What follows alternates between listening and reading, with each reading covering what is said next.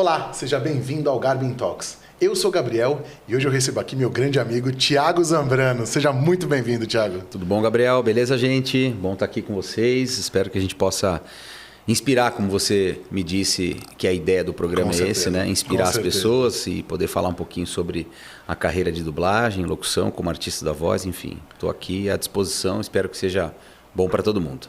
Poxa, eu tô sem palavras aqui para te agradecer a presença. Afinal de contas, não é todo dia que você pode ter na sua frente um Power Ranger, um Cavaleiro do Zodíaco, um grande vilão.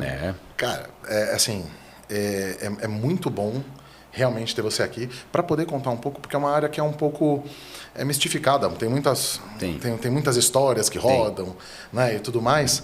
Mas vamos começar do começo? Vamos, olha, seria importante começar do começo, tô brincando. Na verdade, o começo ele sempre, todo mundo tem algumas dúvidas sobre dublagem, sobre locução, sobre como é que a gente faz, tem muita gente que quer ser dublador, né? Sim. Então vamos lá, vamos começar e eu vou ajudando a elucidar um pouquinho as pessoas sobre o processo. Bom, embora muita gente já te conhece, conta um pouquinho do Thiago para quem ainda não te conhece. Cara, o Thiago é um jovem senhor, a gente falou sobre isso agora há pouco, né? Tenho 44 anos, sou nascido aqui em São Paulo, nascido e criado em São Paulo. Sou um artista da voz, eu me considero isso porque há 24 para 25 anos, ano que vem, eu trabalho exclusivamente com a voz, sobrevivo com o dom da minha voz, do meu estudo artístico, daquilo que eu me propus a fazer.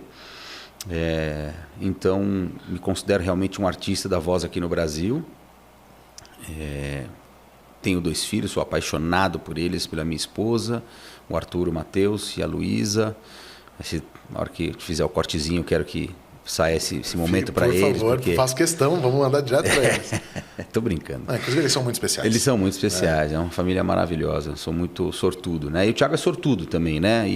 E nada a ver com o trabalho, tô falando do Thiago em si. Eu tive muita sorte na minha vida por fazer escolhas boas. Sem dúvida. Né? A sorte está aí também, em escolhas boas, né? Então, quanto mais escolhas boas você faz, mais sorte você tem na sua vida. Quanto mais você trabalha, mais sorte você tem na sua vida. Com certeza. Né? Acho que isso é muito importante a gente dizer. Então, eu sou esse tipo de cara, muito espiritualista, frequento uma religião afrodescendente, acredito muito nisso. Axé.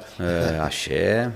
E, enfim, gosto de viver a minha vida, gosto das pessoas que estão ao meu redor. Não tenho muitos amigos, mas os poucos que tenho são muito importantes. Sou um cara que brinco muito, adoro me comunicar com as pessoas, tenho intuição para seguir as coisas por conta desse meu lado espiritual, mas ao mesmo tempo sinto que a minha jornada aqui ainda, principalmente de trabalho agora, a gente vai falar sobre isso, é uma jornada que está começando por um outro lado agora. Então, depois eu explico, daqui a pouco vocês vão saber. Apesar de 24 anos trabalhando com a voz, a gente tem sempre que ter novos caminhos, evoluções. Com certeza. Então, o Thiago é esse tipo de cara, um cara que adora viver, adora a vida, feliz com tudo que tem, enfim, crossfiteiro. Isso é bom. Eu acho uma das coisas que eu mais gosto de você você tem um equilíbrio. Músculos que eu tenho, não é mesmo? Olha, você sabe que eu tentei fazer crossfit por sua causa uma época. Você tinha falado verdade, eu lembro didisso. Aí foi bem que eu gosto mais do meu jiu-jitsu. Eu fico lá no meu jiu-jitsu. Eu já não vou pro jiu-jitsu, com certeza. Mas uma coisa que eu acho muito legal é a base de equilíbrio que você tem. Uhum. Porque, assim, o que você falou está perfeito. A sorte ela é um elemento fundamental na jornada do profissional, na jornada pessoal das pessoas, assim como o trabalho. E o trabalho traz a sorte. Sim. Né? Assim, a parte espiritual equilibrada, a parte de saúde equilibrada, a parte de família equilibrada, tudo vai formando um alicerce bom para formar o nosso adulto, né? a nossa melhor versão, digamos assim. Né? Sim. E, cara, eu acho incrível como você consegue levar isso, porque eu sei muito bem que você trabalha para muito isso. Graças a Deus. Eu sou fã declarado do Thiago, então não tem nada mais o que fazer. Inclusive tem jogo que eu só jogo com personagem porque tem sua voz. Eu sou ruim, mas eu jogo de vez em quando, né? Mas eu acho incrível como você equilibra essas coisas, né? E você Eu sou de Libra, né? Eu preciso viver no equilíbrio. A balança precisa estar certinha, cara. Quando sai um pouquinho... Aí que está o problema também, né? Quando a gente tem muita questão de viver no equilíbrio, e é importante isso para mim, quando a gente sai desse equilíbrio, saber viver fora do equilíbrio, a vida é isso aí, um alto e um sobe e desce do caramba, você precisa... E isso a maturidade vai trazendo, né? Então agora, como eu já estou bem mais velho, com 44 anos, quase me aposentando... Tô brincando. A gente, na verdade, a gente já começando a entender um pouco mais sobre a vida. E aí, esses altos e baixos são os momentos mais importantes das nossas vidas, eu acredito, são nos altos e nos baixos. No equilíbrio, tá tudo bem. Né? Quando está lá em cima, tem que ter humildade para saber de onde você veio. Quando você está lá embaixo, tem que ter resiliência para você subir. Então, são nesses momentos que a gente vê como é que a gente pode ser melhor. Então, eu gosto muito do equilíbrio, realmente, você falou tudo. Eu preciso ter esse equilíbrio. Aí eu tive que aprender a não estar no equilíbrio para poder estar no equilíbrio. Sem dúvida. Porque mesmo lá em cima a gente precisa ter um equilíbrio. Sim. E mesmo lá embaixo a gente precisa ter um equilíbrio também. Então, para mim era muito difícil. Às vezes, quando saía do meu eixo, eu ficava muito nervoso, eu não entendia o que está acontecendo, fazia besteira, escolhas erradas, enfim, como todo mundo faz. Então... Não, e o dia a dia, a gente tem que acertar mais do que a gente erra. A gente tenta sempre acertar. Mas, enfim, na vida a gente vai cometer, achando que está fazendo uma escolha certa, e acaba cometendo uma escolha errada. Tem uma frase que eu gosto de falar, assim, que está até lá na PTBR, a gente vai falar sobre isso. A gente tem umas lousas lá que a gente escreve. Que legal. Umas frases para as pessoas irem, tem umas frases. Uma delas é que se há pedras no seu caminho, é porque você está no caminho certo. Então, é importante ressaltar isso. Acho que as pessoas... É uma frase muito boa. Se há pedras no... Você, principalmente, né? Falando de pedra, né? Com certeza. Se há pedras no seu caminho, é porque você está no caminho certo. Porque nada vem fácil na vida, em nenhum momento. Nenhum momento. E muitas vezes, depois que a gente consegue passar essa estrada... isso a gente começa a ver um pouco mais de facilidade numa situação que foi muito dura. E às vezes a gente até perde a referência da dificuldade que foi alcançar isso. Porque agora, se eu tenho uma nova estrada parecida com essa, eu já encaro com outros olhos. Eu encaro, não é com uma coisa de não vai ser um desafio. Mas assim, é possível passar. A experiência, exatamente. Falar em frase, tô cheio de frases hoje. Vamos de frases. Eu li uma frase, acho que esses dias aí nas redes sociais, que era assim: o bom de você saber onde é o inferno é que você sabe a saída de lá. Então, tudo bem, é ruim você estar lá, mas conforme quantas vezes você vai para lá, mais você aprende o caminho para poder sair também mais rapidamente, mais facilmente, né? E isso no inferno não significa inferno, mas significa uma situação mais os difícil, baixos e os altos da vida, né? Você está lá embaixo, uma situação ruim, mas você já passou por isso, já tem experiência.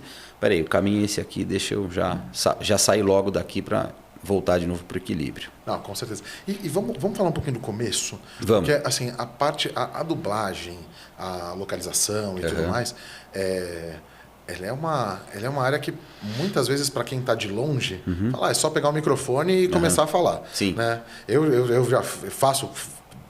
tenho que terminar ainda meus cursos de dublagem, né? Sim. Sou ator formado, você sabe. A gente sabe que é diferente. Né? E isso é uma coisa que, obviamente, você sabe muito melhor que eu, que você vive isso dia a dia. Né?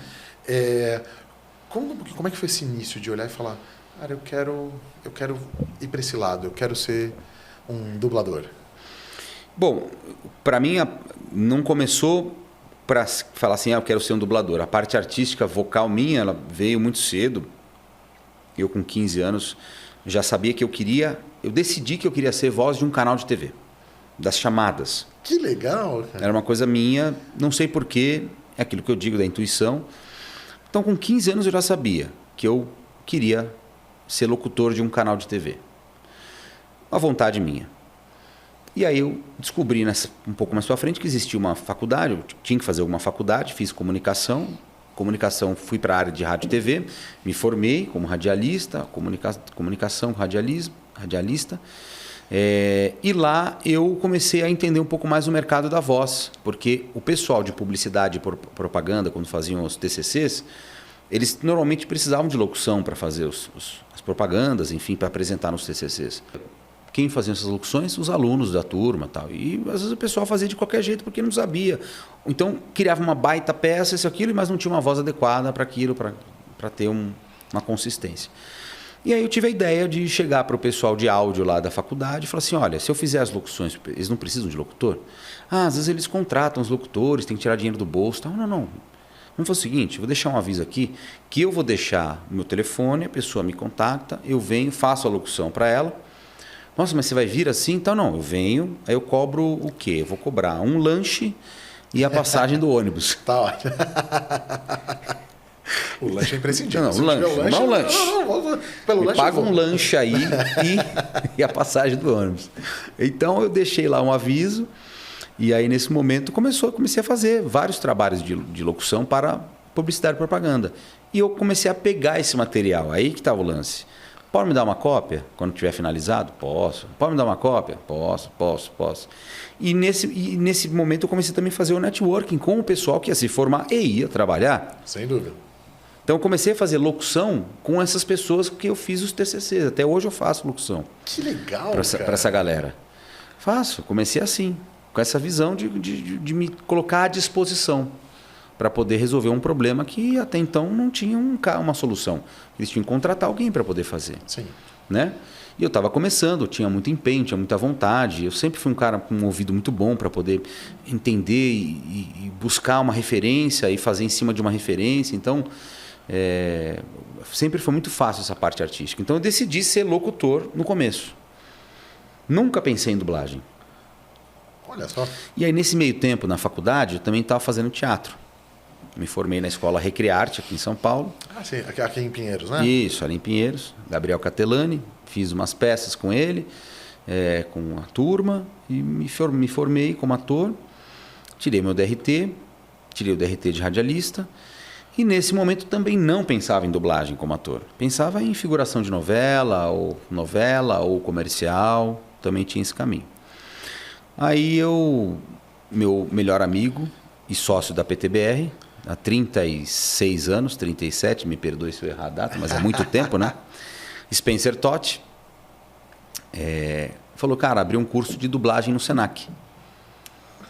Eu vou fazer. Vamos fazer? Cara, eu não vou fazer não, porque eu estou sem dinheiro agora, acabei de fazer o curso de locução, não vai dar. Disse não, neguei, não quero fazer. E tá bom, eu vou lá, vou fazer então. Ele falou, pô, cara, você não vai nem me incentivar a nada? Eu falei, não, deixa eu fazer sozinho e virar dublador. Eu falei, não, então tá bom, então deixa eu... Vou fazer... Ele falou, nem deu bola para mim. Ele ia fazer o curso se eu não fizesse. E aí eu fui lá e fiz o curso. E no primeiro momento que a gente fez o curso, a gente teve aula com Cassius Romero, que é o nosso padrinho na dublagem. Um beijo para ele, se estiver assistindo. Que é um dos caras, mentes mais brilhantes da dublagem que eu conheço, como ator de dublagem. Um cara muito espontâneo. E o Spencer, a gente começou a fazer o curso, ele já olhou pra gente, o Cassius, chegou pra gente logo na primeira semana, segunda semana, assim, e o Roberto Rocha também, Gilberto Rocha Júnior, era um locutor que também fazia aquelas vozes de placa. Sabe o que é a voz de placa da dublagem? Não. As placas da dublagem. Hospital. Ah, sim. Casa claro. do Jacaré. Como se fosse a narração. Assim. Isso. Sim. Então, um filme acontecendo, de repente, uma cafeteria do John. Esse é o Homem Placa. Sim. O Gilberto sempre fez muita placa, muita narração, uma voz maravilhosa, foi nosso professor também. E aí o Cassius virou pra gente, o Cassius é a voz do Negan do Walking Dead. Legal.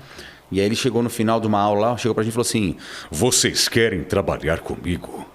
Ai, gente, eu não conseguia nem falar, né? Aí Spencer botou a mão na frente e falou assim, a gente quer sim, quer. A gente quer muito.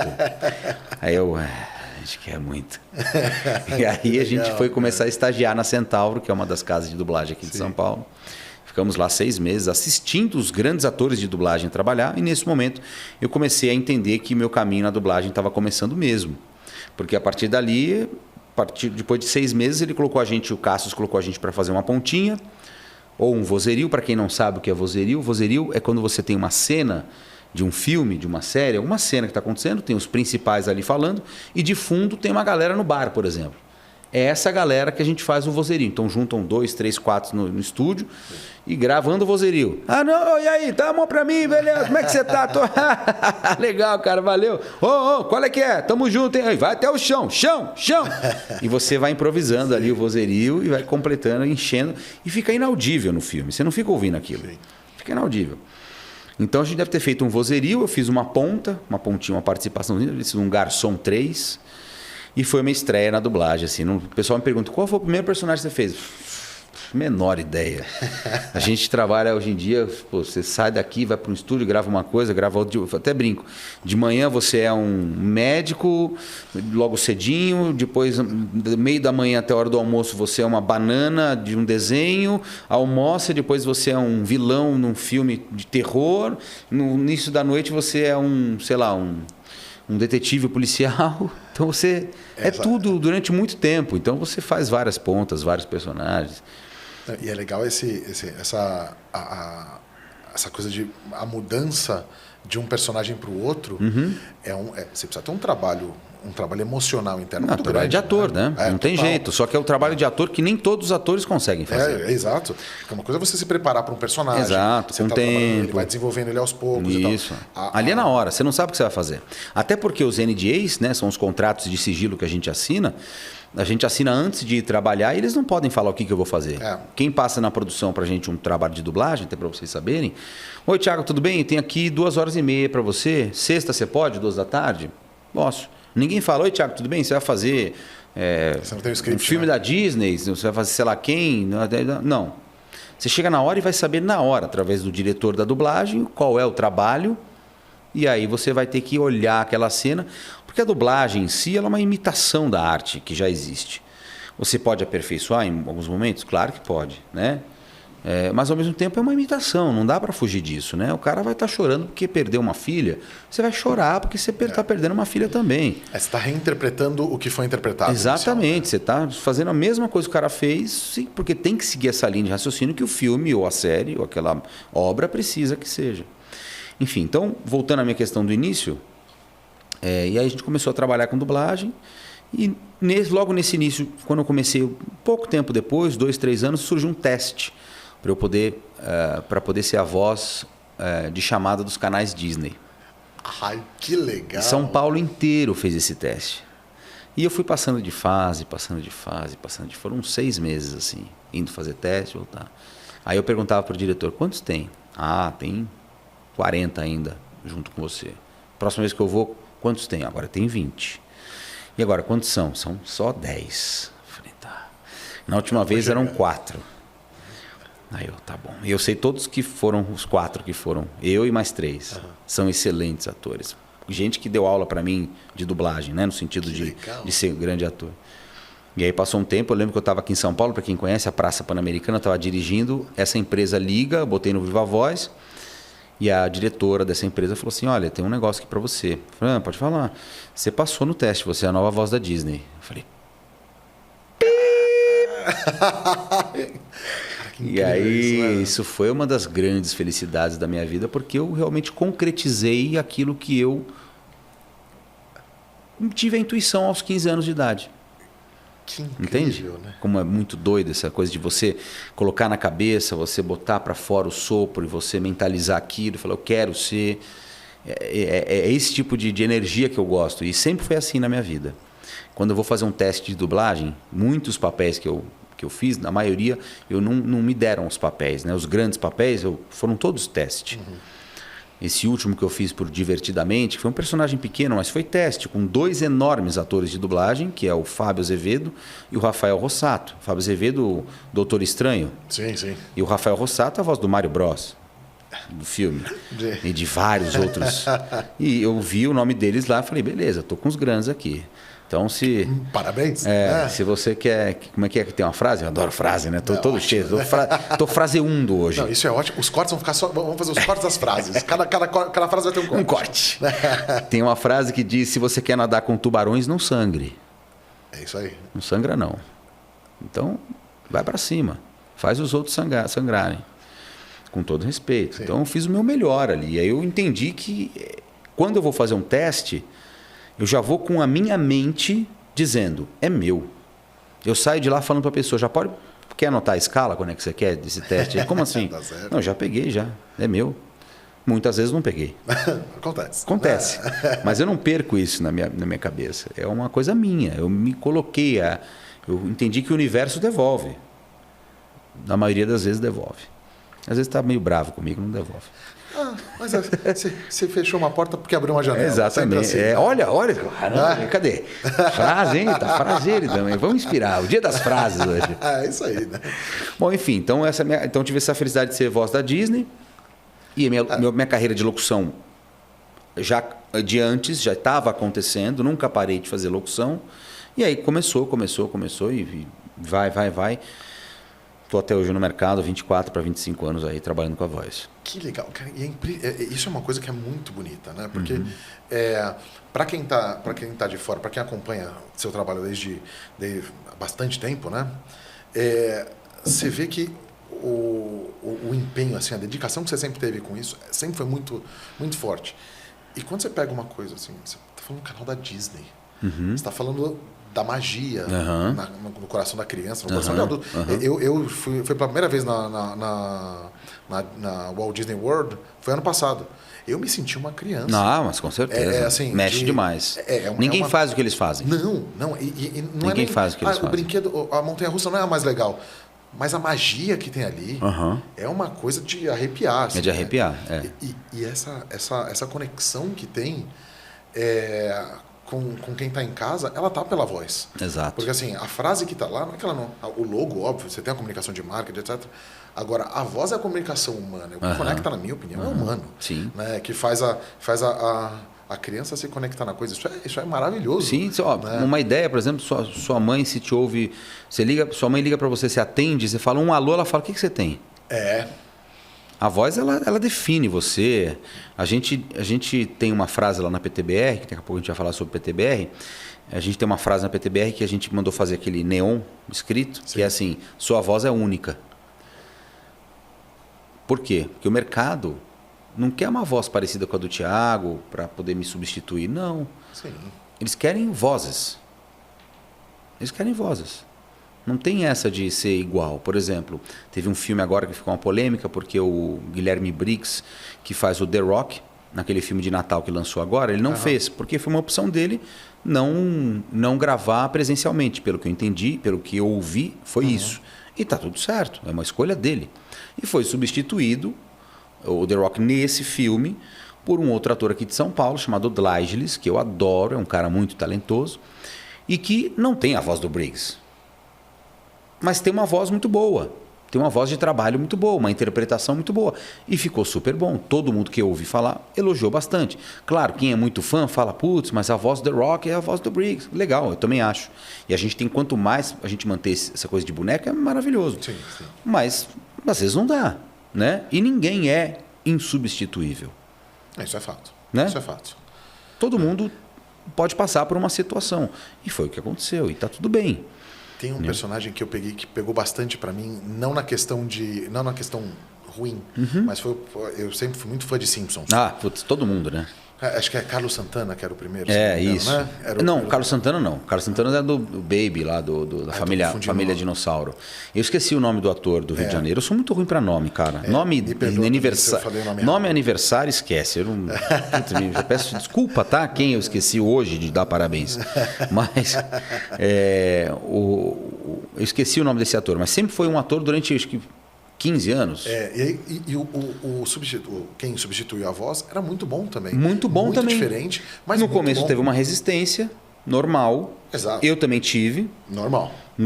Mas o costume com o outro foi muito natural. Isso é uma verdade. É uma coisa que você falou, nossa, ninguém nunca vai acostumar com isso.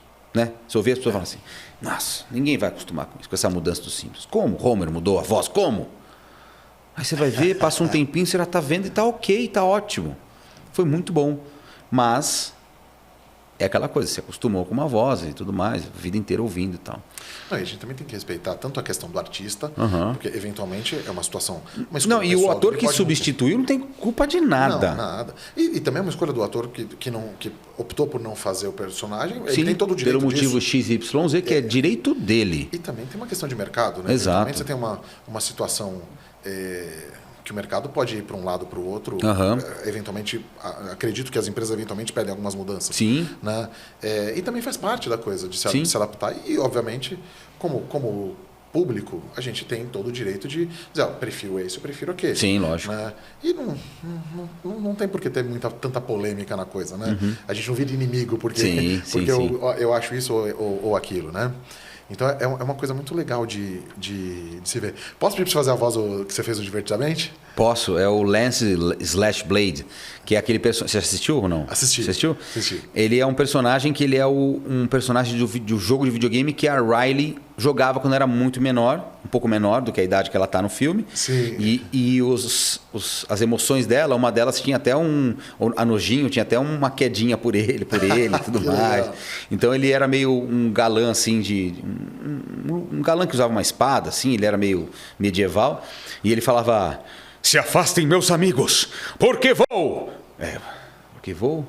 Se afastem, meus amigos, porque eu vou. Sei lá, eu vou salvar vocês. Então, assim, se afastem, meus amigos, porque vou salvar vocês. E aí ele se transforma numa bola, é o poder dele. Ele não é nada aquela bola, não faz força nenhuma. Toque. Tenta quebrar para ajudar a tirar eles do vidro, que eles estão clausurados lá. Não acontece nada. Era aquela parte que tem uma porta gigante, né? Isso, no cofre, é o cofre. É maravilhoso. Então ele fala o tempo todo desse jeito. E quando eu fiz o teste, que foi com o Rafael Rossato e com o Fábio Azevedo, eles que participaram também, a minha ideia era realmente ser o que o personagem estava propondo ali, de toda essa coisa que é meio... E até a direção foi do Rodrigo Andreato, o Rodrigo falou assim para mim: "Tiagão, ele é quase uma novela mexicana, o jeitão dele de falar." Pô, eu faço muita novela, né? Então tem uma coisa que vem e que diz que é assim, desse jeito. Então, levei essa instrução, pelo que eu imagino que deveria ser. Ele tem essa coisa de galã, então usei todo esse artefato vocal meu, que do jeito que eu falo, você não imagina que sai o grave, o vozeirão, né? Então, tudo uma impostação vocal. Eu costumo dizer que a minha voz é uma voz, como o mercado diz, uma voz branca, uma voz que serve e encaixa para vários tipos de personagens. Até quando eu era um pouco mais jovem, pegava aí 20 anos de idade, personagem de 20. Agora já não dá mais, uns 30, 35, para pegar personagem dessa faixa etária. Até uns 45, 55 eu pego também, deixando um pouquinho mais grave. Que legal. O Sam Fisher, que eu faço do jogo de videogame, o Sam Fisher ele é mais velho, tem quase 60 anos. E aí tem que trabalhar a voz no grave aqui, deixar desse jeito e tem que ficar natural, não é mesmo? Completamente. Né? Olha, dá uma arrepiada. Não, e é legal ver essa coisa, né? Porque quando você dá essa dedicação para um personagem que eventualmente ele é muito marcante no caso de Divertidamente. Divertidamente, sim. Esse é fantástico. Até acho que está mais novo na minha memória. Sim. Mas você também tem aqueles personagens que você fica dublando por anos, né? Sim. Se eu não me engano, teve o... qual que era o nome? Você fez Gotham, não fez? Gotham. O Gotham que James Gordon. Ben Mackenzie. Mano, eu já... Polícia de Gotham. Mano, já era... Assim, ao acompanhar que...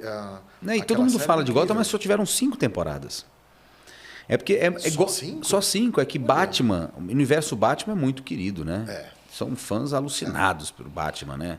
Então, quando surgiu uma série... Foi a primeira série que surgiu com relação a Batman. Sim. E aí mostrou um outro lado, mostrou o lado do James Gordon. Ele era o principal da série. Sim. Então, a ideia era mostrar Gotham sem o Batman, porque o Batman era uma criança, era um garoto, o Bruce Wayne era um menino. Como é que combatia o crime nessa época? O James Gordon era o cara. Exato. Se arrebentava com os vilões alucinados e malucos que tinham para poder desvendar tudo, salvar as pessoas, né? E apanhava muito, mas conseguia né, resolver tudo.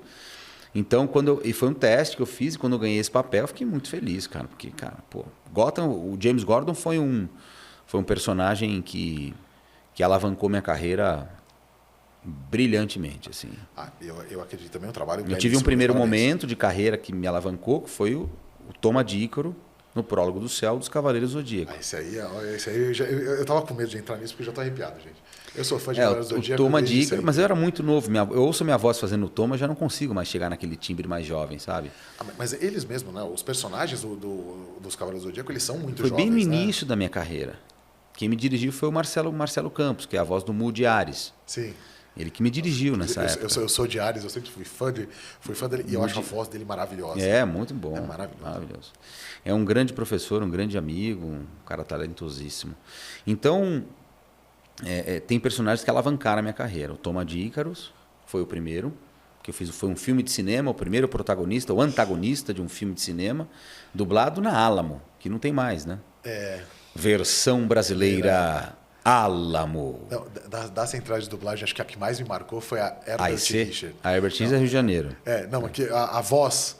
sim. Por causa do Herbert Richards. Herbert Richards.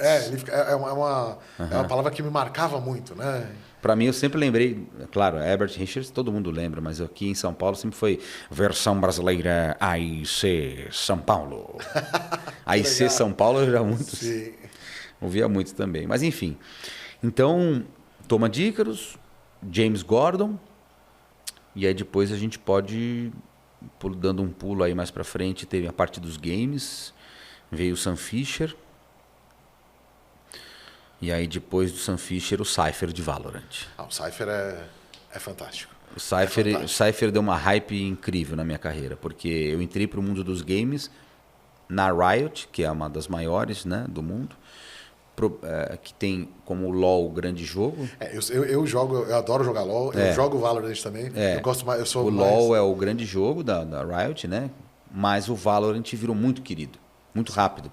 Funcionou muito rápido o Valorant. A jogabilidade dele é bem diferente. É bem diferente. Ele tem uma pegada, um pouco inspiração do Counter-Strike, talvez, nessa coisa de ser dois times. Era um 5 contra 5, né? É um first person shot, então você tem ali personagens que trocam tiros o tempo todo e ao mesmo tempo também, tem poderes. E aí que está o lance, né? O Cypher não tem poder. O Cypher ele tem a visão. Ele tem os equipamentos. Ele consegue ver tudo, onde estão todos. O Cypher é um querido, porque foi um dos últimos agora que eu tive essa hype grande de carreira. Tem 2, 3 anos, né? Fiz grandes personagens depois, ótimos personagens. Esse do Lance Slashblade do Divertidamente foi um presente na minha carreira. Porque, Divertidamente marcou todo mundo, né? Eu não tenho...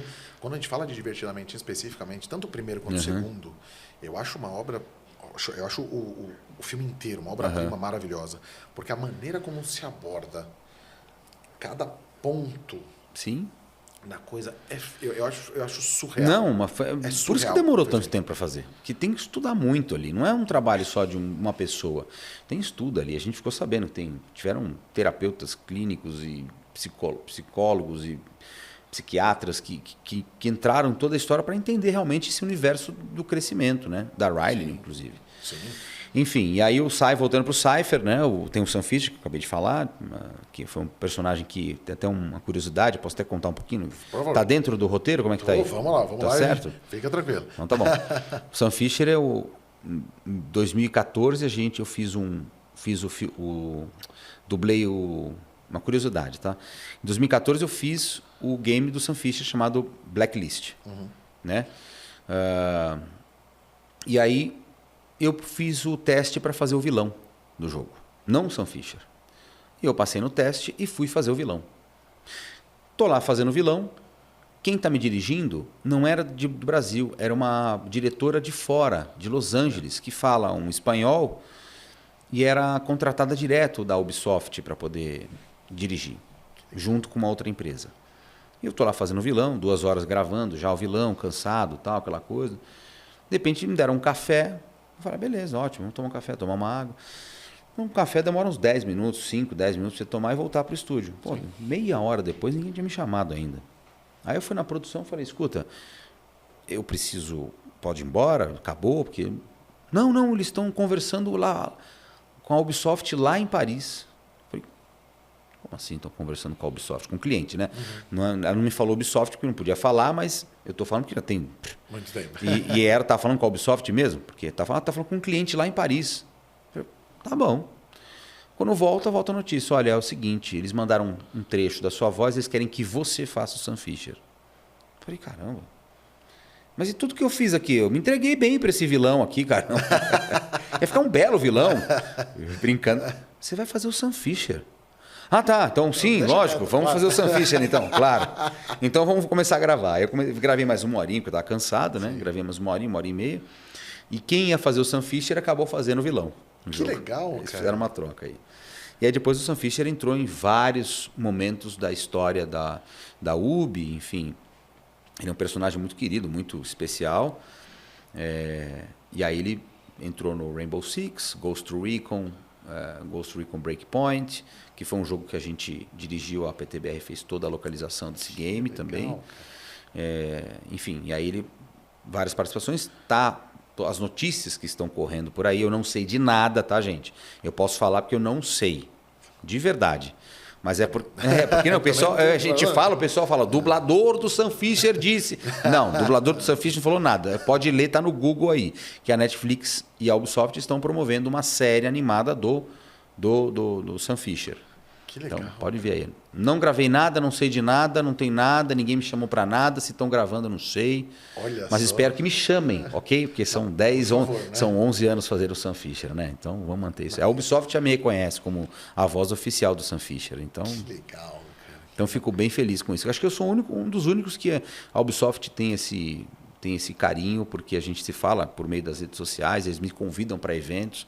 Me apresentam como voz do Sam Fisher, então eu já nem preciso me preocupar tanto. Assim, se acontecer de vir, vão me chamar, possivelmente vão me chamar.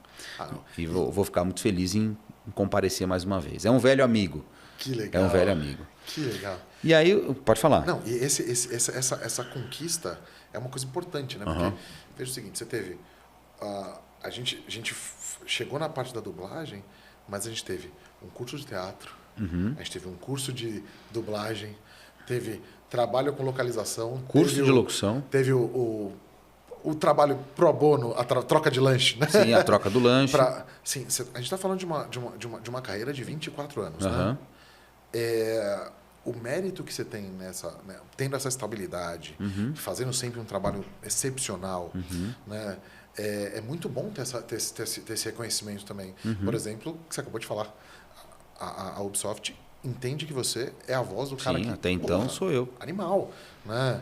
Isso é uma coisa que tem que ser muito comemorada. Muito, né? Com certeza. Não é todo mundo que vai conseguir, porque muita gente nesse caminho dá uma rateada, diminui, ou se entrega menos e tudo mais. Não é tão simples assim. É verdade. É uma construção. Sem dúvida. É uma construção de uma carreira. Uma carreira pautada aí em humildade, em resiliência, em vontade de querer vencer, em sempre se propor a fazer as coisas com o maior carinho do mundo, em tudo que faz. Gosto de me entregar muito. A palavra entrega é muito importante na minha carreira. Eu gosto de entregar tudo que eu posso, desde os menores até os maiores, enfim, eu gosto de entregar tudo. Então, esse reconhecimento faz parte e, para quem está começando a carreira agora, entenda que não é a sua voz que vai te levar onde você precisa. Até porque a sua voz é única, é especial. E não adianta falar assim, eu preciso ter uma voz bonita. Não, você precisa ter uma voz. O mercado precisa de voz, tanto para game, quanto para dublagem, quanto para a produção de audiolivro. O que vai diferenciar é a sua entrega, é a forma como você enxerga o mercado e entender se você está pronto para fazer um trabalho ou não, assumir os riscos, né? Se envolver com aquele assunto, se dedicar, porque assim, todo mundo fala, né? Mas e o talento? Eu posso dizer, eu nasci com esse talento. Eu aperfeiçoei esse talento. Mas a sua dedicação é maior do que o talento. Com certeza. O talento ele sempre ajuda. Sempre. Sempre ajuda. Totalmente. Mas a dedicação A dedicação vai fazer o seu talento, que pode ser por menor que seja, vai fazer ele crescer e você vai ficar muito bom naquilo que você faz. Então não adianta correr. O pessoal hoje em dia quer fazer um curso de dublagem, já sair trabalhando nas grandes produções. Não vai. Não vai, até porque quem está dirigindo, quem está produzindo, passou por essa fase também. E sabe como é importante você crescer aos poucos. E você tem que esperar uma oportunidade. Né? Eu te digo porque assim, quando a minha entrada no teatro tem muito a ver com isso. Né? Porque eu fui fazer um curso, você estudou no Senac da Lapa, né? Sim. Então, eu estudei lá também, eu sou formado de teatro lá. Só que quando eu fui quando eu fui fazer um curso, eu estava na cabeça falando, eu quero estudar alguma coisa, melhorar um pouco e tal. Eu fui procurar um curso de locução, que eu lembro que você tinha me falado, inclusive, disso, né? Fiz lá também. E eu falei, vou fazer o curso de locução. E não tinha. Mas tinha um que começava no dia seguinte, que era uma introdução à dublagem. Uhum. E aí eu fiz, e aí eu me apaixonei. Eu falei, nossa, é muito legal. É muito legal. E dali eu fui pro teatro, porque a pessoa falou, tem que fazer... tem que ser ator para ser dublador no início, né? Só que foi curioso que um dos problemas que eu tinha, não, vou colocar receios, era voltar a estudar com gente muito nova, com 2 gerações diferentes. Era uma coisa que me preocupava um pouco. Né? E eu gostei super do pessoal, o pessoal foi para lá, eu falei, vou continuar estudando, vamos lá. E aí a parte do cinema me pegou muito. Né? Então, assim, ele veio um caminho diferente para a coisa. Mas é muito bom de ver como as oportunidades elas vão surgindo. Né? Porque você tem a oportunidade de fazer uma coisinha aqui, uma coisinha ali, fazer a localização de games, por exemplo, você aprende umas coisas muito legais, fazendo os treinamentos, fazendo os cursos. Que é totalmente diferente de dublagem. Totalmente diferente. Para quem não sabe, localização de game você não tem a boca, né? Você não tem imagem, você não tem uma referência de interpretação visual. A sua referência de interpretação ela é auditiva. Então, quando você está, para quem não sabe, quando você está dublando, a gente não chama de dublar um game, a gente está localizando um game, que é uma forma do mercado internacional se entender que aquele processo é um processo de localização para aquela língua. Você vai pegar um produto e vai transformá-la para aquela língua. Exatamente porque não tem imagem. Então, a localização, você tem as waves, que são aqueles formatos de voz que no programa de áudio você tem aquelas linhas que formam uma linha de áudio que chamam-se de waves. Então ali você tem as waves com as falas. Então quando você vai fazer a localização, você olha para aquela wave, você ouve o que o cara está querendo propor ali naquela interpretação, o diretor te ajuda a entender, você ouve e grava na sequência com a mesma interpretação. E aí pode ser que tenha um tempo limite para você fazer aquela interpretação, ou às vezes é no mesmo tempo do que o outro personagem original já fez, o ator original já fez, ou você está livre para poder interpretar, o que a maioria dos casos a gente chama de gravação wild, quando você está livre para poder gravar. Então, por exemplo, no inglês fala hello, how are you? E aí em português, olá, como é que você está? Você pode falar, olá, como é que você está? Você pode ser maior que aquilo ou menor que aquilo, se for uma gravação livre, comparando com o original. Então, localizar é diferente de dublar. Mas a gente, na língua popular, fala dublagem de games. Sim. Né? Mas eu acho incrível a técnica que você tem que ter, que é completamente diferente. Não, a rapidez, é uma rapidez. Muitos dubladores de São Paulo, enfim, do Rio, não conseguiram no início entender essa velocidade. E aí que está o ouvido, né? A sua qualidade auditiva. Eu sempre tive muita facilidade de ouvir, já pegar a referência e já gravar, por conta das locuções, por conta de tudo que eu já vivi na minha vida na parte de áudio. Então, a localização requer muita qualidade auditiva para evitar do diretor toda hora de falar, não, a interpretação não é essa, volta aí. Não é desse jeito. Claro, você vai errar, eu erro, todo mundo erra. Mas se você tem essa qualidade, esse talento auditivo, você ouve e grava, ouve e grava, ouve e grava, ouve e grava, ouve e grava e vai. E é muito dinâmico a localização de game, muito dinâmico, muito rápido. É um processo que o mundo inteiro entende. Por exemplo, eu recebo localizações lá para a gente fazer na PTBR, que é um estúdio voltado com excelência para a localização de game aqui no Brasil e produção de audiolivros. Pedidos assim, poxa, mas aqui a cada 1000 palavras, por exemplo, significa 1 hora de trabalho. Mas lá na Espanha 800 palavras é 1 hora. Só que aqui a musicalidade é outra. Sem dúvida. O espanhol fala... A gente não fala assim. Sim. A gente tem toda uma musicalidade para falar. Por isso que a gente tem que ter esse cuidado de entender que a nossa língua é muito específica e muito especial. Né? Uma versão brasileira não é fácil fazer uma versão brasileira. Quantos países no mundo falam português? Né? E o nosso português. E o nosso português. Exatamente. Só aqui. Que é o português de Portugal e o nosso aqui. Né? Um derivado do português de Portugal, mas do nosso jeito de falar. E se for considerar quantas pessoas falam, aqui tem 20 vezes mais pessoas do que lá. Exatamente. Falam no nosso Exatamente. Português, né? Então, exatamente.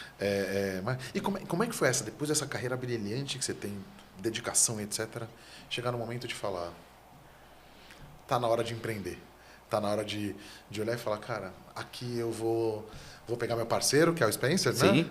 Falou, vamos encarar essa junto? Isso eu acho maravilhoso. Você tem um parceiro desde... É muito bom, porque faz parte de você ter engrenagens importantes. Você precisa ter um... Ninguém faz nada sozinho, Gabriel. Nunca. No mundo, ninguém faz nada sozinho. Filho, a gente não faz sozinho. Quer que eu explique como é que faz filho? Corta, eu não acho pode. Que essa aqui, deixa... vamos lá. Mas, bom, Spencer é um grande irmão, meu amigo, padrinho do meu filho, Matheus. Vai estar na minha vida para sempre, se Deus quiser. Só se encher muito meu saco, aí a gente cancela a amizade. Mas a PTBR, na verdade, ela é derivada da CA Produções, que foi uma empresa que iniciou-se em 2014. Por quê? Nesse período, olha só que como eu falo que quanto mais você trabalha, mais sorte você tem. E aí eu vou confirmar isso agora. Nesse trabalho do Sam Fisher, essa pessoa que estava me dirigindo, ela tinha que falar com uma chefe dela, de uma empresa de localização lá na Espanha, que a Ubisoft falava com essa empresa, pedia para fazer a tradução e tal, e essa empresa da Espanha encontrava estúdios aqui para poder fazer as gravações de voz, correto? Quando eu fiz essa situação de ser o Sam Fisher, eu peguei uma amizade de brincadeira, desse meu jeito de ser e tal, com essa diretora. Passou um tempo, essa diretora falou de mim para essa dona dessa empresa.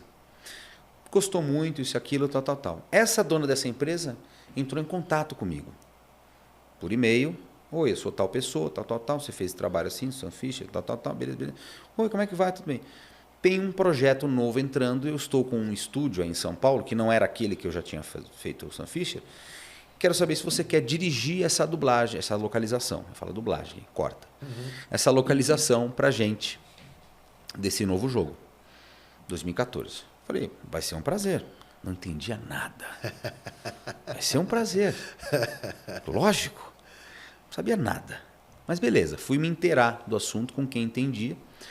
E posso falar o nome do jogo tranquilamente, porque está com a gente desde 2014, se chama Rainbow Six Siege. E aí, só o Rainbow Six Siege. Um dos maiores jogos de campeonato mundial de esportes, de 5 contra 5. E aí, iniciamos a direção. E aí, nesse momento, eu comecei a pensar como é que a gente ia fazer e tudo mais. E o Spencer entrou nessa situação. Por quê? Porque em determinado momento de tudo, ela falou, não quero mais estar com essa empresa que eu contratei para poder fazer a localização, esse estúdio. Porque eu encontrei um monte de problema, não preciso entrar no assunto, mas encontrei um monte de problema, não gostei, isso, aquilo, tal. Você pode assumir tudo? Você pode ser o estúdio e a direção artística? Aí eu olhei para ela e falei... Claro, será um prazer. Claro, será um prazer. Não sabia nada. Nada de empresário. Nada. Não sabia, eu nem tomar conta da minha casa eu sabia direito. Aí eu liguei para o Spencer e falei, cara, vamos junto. Vamos nessa junto comigo, porque eu preciso de gente. Ele, claro, vai ser um prazer. E aí a gente iniciou, desde 2014, a gente pegou o Rainbow Six Siege para poder fazer. Então, todo o casting do Rainbow Six Siege, até hoje praticamente, a gente construiu ao longo desses anos todos. 10 anos fazendo. Cara. Ano que vem, 11. Então, foi uma baita experiência fazendo localização de game. A gente fez tudo.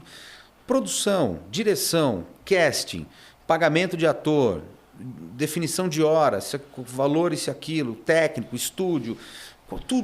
Tudo foi nesse momento. Então, por isso que eu digo, quanto mais você trabalha, mais sorte você tem. Sim, né? Com certeza. Então, imagina, uma situação... Então, depois desse motivo... A gente ficou só com o Rainbow Six. Entraram outros 2 jogos para a gente poder fazer, inclusive o Rainbow Six Extraction, que foi feito com uma outra empresa e não com essa empresa que mandava o Rainbow Six tradicional para mim, porque a gente já fazia, então eles contactaram a gente. E depois surgiu um outro jogo, a gente foi fazendo aqui, o Ghost Recon Breakpoint, o Extraction, e a gente foi abrindo leque e trabalhando. E aí, depois da pandemia, a gente teve uma conversa e partiu até do Spencer, se eu não me engano, partiu dele a ideia da gente realmente abrir um estúdio. A gente já vinha muito insatisfeito com o estúdio que a gente alugava em São Paulo. A gente não gostava de algumas coisas e aquela insatisfação nossa, que era mútua ali naquele momento, surgiu a ideia, falou assim, vamos atrás? Vamos. E aí ele descobriu um lugar que fica aqui em Perdizes, em São Paulo, na rua Imberê, E a gente foi visitar, tal, gostamos, tal. Vamos. Mas e o nome? CA Produções, né? Era o nome que tinha. Vamos mudar? Vamos. Aí ele teve a sacada genial, ele é um gênio, de colocar o nome do estúdio com o nome da nossa língua, PTBR. Que legal! Português cara. Brasil. O mundo inteiro conhece o Brasil como a língua PTBR.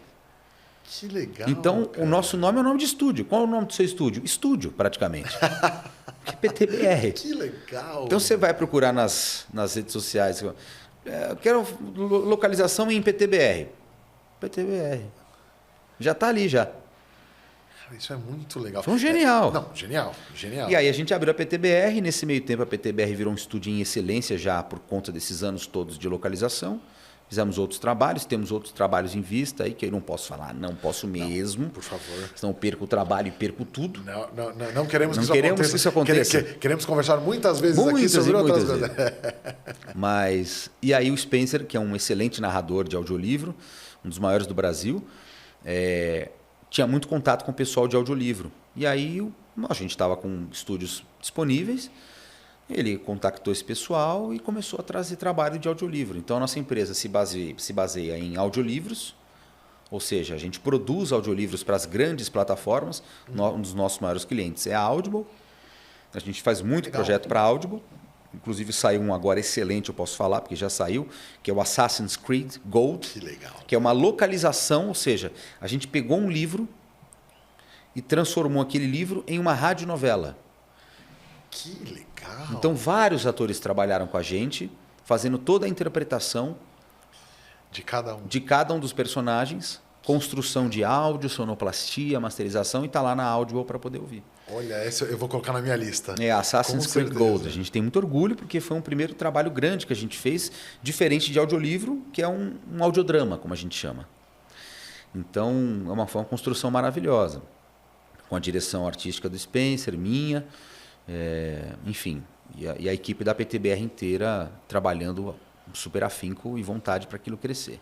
Então a gente tem muita produção de audiolivro e tem os games também, que tem a nossa experiência máxima aí de 10 anos trabalhando. Que o game é diferente de um projeto de audiolivro, que vem vários audiolivros. Sim. Game vem vem dois, aí você trabalha meses, a entrega.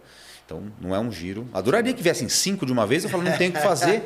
Vamos comprar outra casa, né? Para poder abrir mais 5 estúdios aí. Mas não é assim que funciona e a gente está super feliz com isso, porque é uma construção. Sem dúvida. A PTBR está em construção ainda. Somos um estúdio que tem uma excelência de 10 anos e que está em construção. Olha que maravilhoso que é isso.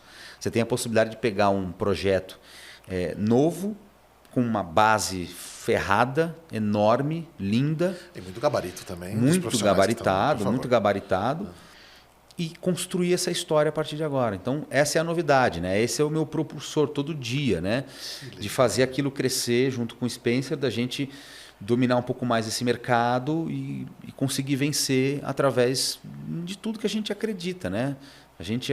E por sermos atores, a gente sabe o lado dos artistas. Sem dúvida. Isso é muito importante. Não é só empresário. Isso é muito Somos importante. Artistas.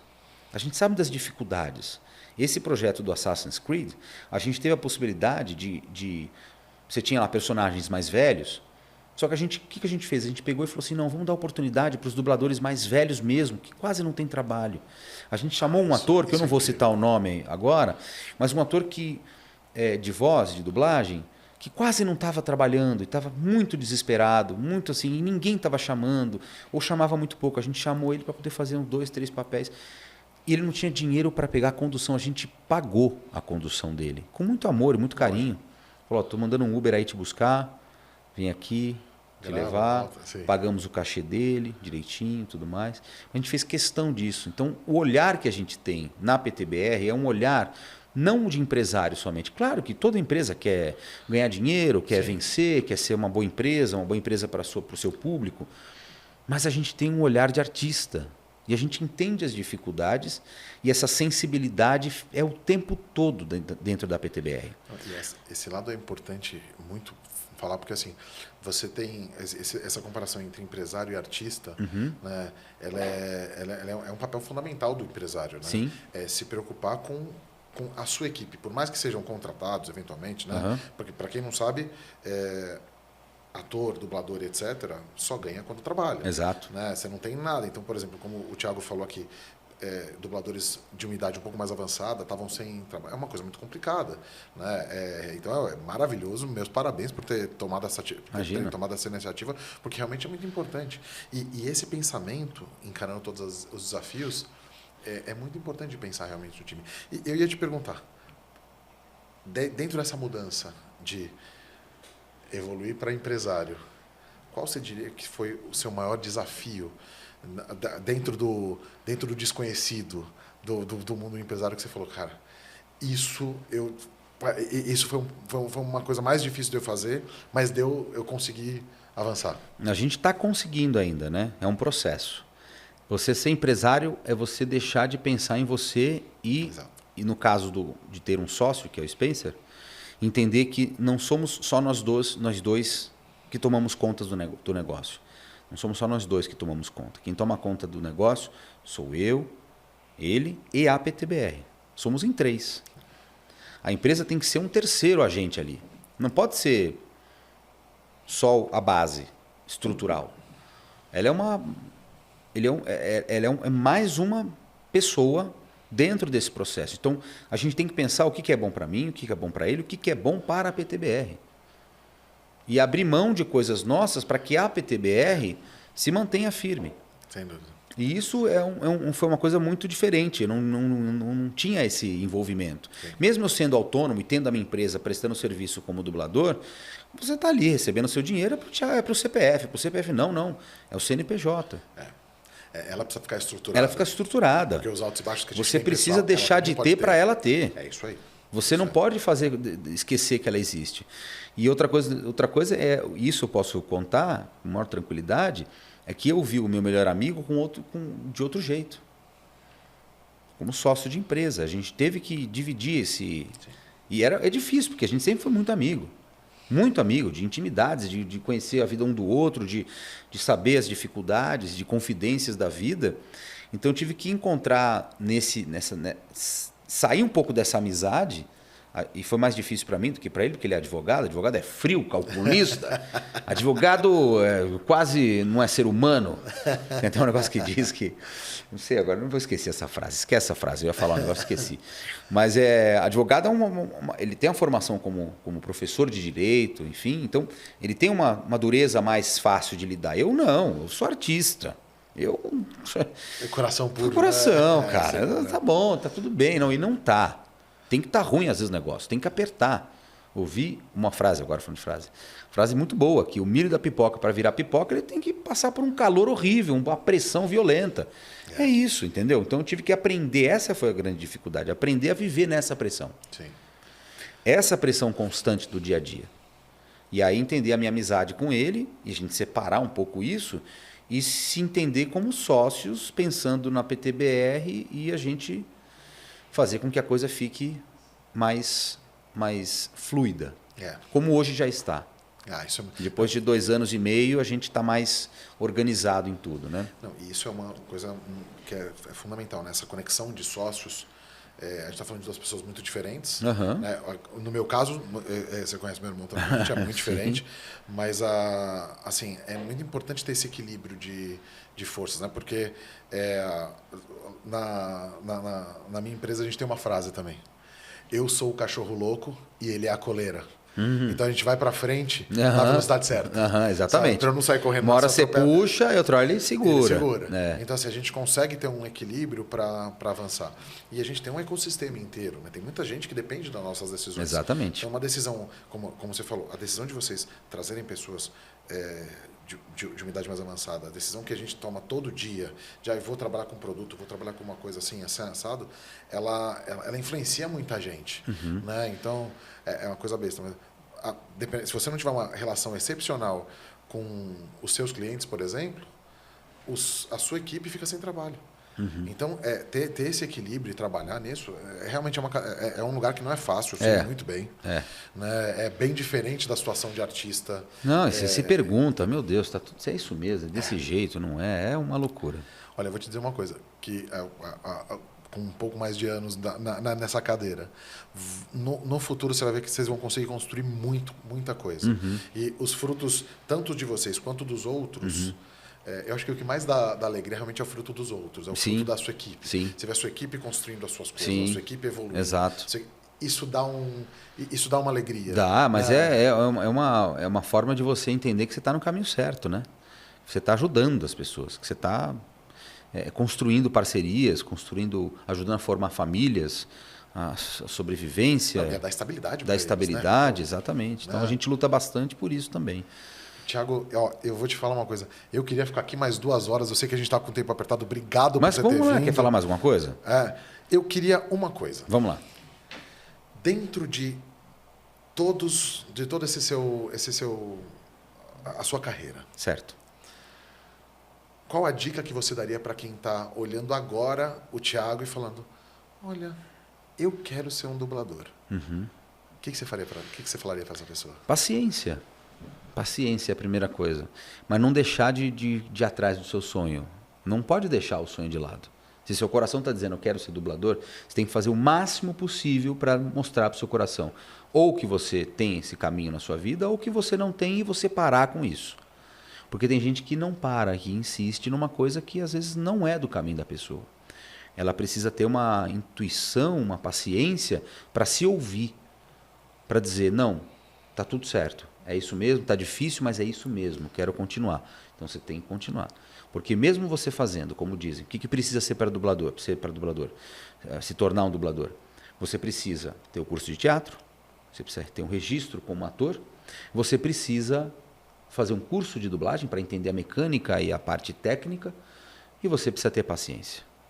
Não adianta você começar a carreira achando que você vai já ir atrás de tudo e já conseguir um papel e, nossa, eu estou no estúdio. Não, é um processo atrás do outro. E com esse negócio das gravações remotas, não existe mais aquela coisa de você visitar os estúdios e ficar lá vendo como era na minha época, né? Isso dificulta muito a aprendizado. Dificulta que você não aparece para a pessoa. Então, por isso que tem que ter muita paciência, mas nunca abandonar. E quando você for fazer um curso, eu falo isso porque eu sou mentor de locução, sou professor de locução publicitária, ofereço cursos durante o ano todo. E eu recomendo, viu? Eu tô na lista para fazer também. Eu costumo dizer que você tem que olhar não a escola, e sim o professor. Quem faz o curso é o professor, principalmente artisticamente falando. Às vezes você vai fazer um curso numa casa maravilhosa, que tem anos de experiência. Quem vai ser o seu professor? Que personagens que ele fez? Quem que ele é no meio? Ele é conhecido? Se eu chegar numa dublagem e falar, quem é essa pessoa? Se a pessoa fizer assim, quem? Já fica receoso já.